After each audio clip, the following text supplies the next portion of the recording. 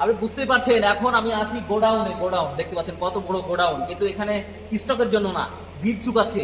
আজব কারবার। আকাশের যে অবস্থা তাতে কোনো অবস্থাতেই ফসল শুকানো যাচ্ছে না। দেখতেই পাচ্ছেন, এই দেখেন, এই যে শশার বীজ, এটা শশার বীজ। এই দেখছেন, এগুলো কিন্তু সম্পূর্ণ শশার বীজ। এদিকে আসো তো, এদিকে আসো, দেখাও। এই দেখো, দেখেন যে সম্পূর্ণ কিন্তু শশার বীজ। এই যে শশা এত মোটা এবং শুকিয়ে গেছে। কিন্তু গোডাউনেও যে বীজ শুকানো যায় এটা এখানে দেখলে বোঝা যাবে।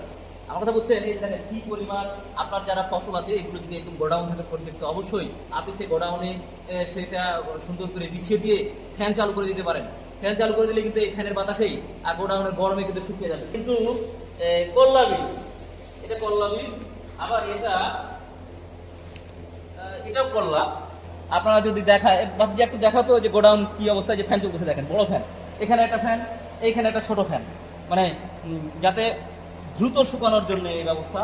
আপনার একটা বিষয় আমরা নিশ্চিত যে যদি রোদ না পাই তাহলে কিন্তু ফ্যানের বাতাসে এবং খোলা জায়গাতেও কিন্তু শুকানো যায়, যেখানে বৃষ্টি পড়বে না। কিভাবে করেছে আমরা এই কৃষকদের ধন্যবাদ জানাই যে উনি রোদের অপেক্ষা করেনি, রোদের অপেক্ষা না করেই মনে করেন যে এই শুকানোর ব্যবস্থা করেছে এবং শুকিয়ে গেছে। আপনার যদি আমি দেখাই, একেবারে সুন্দর হয়ে শুকিয়ে গেছে। কি পরিমাণ উঠতেছে, মানে এই পাতলা বীজ তো মনে করেন নষ্ট না, কিন্তু এগুলো যে খুব জোরে বাতাসের কারণে কিন্তু উড়ে যাচ্ছে এবং এটা কিন্তু শুকিয়ে গেছে, একেবারে ঝরঝরা।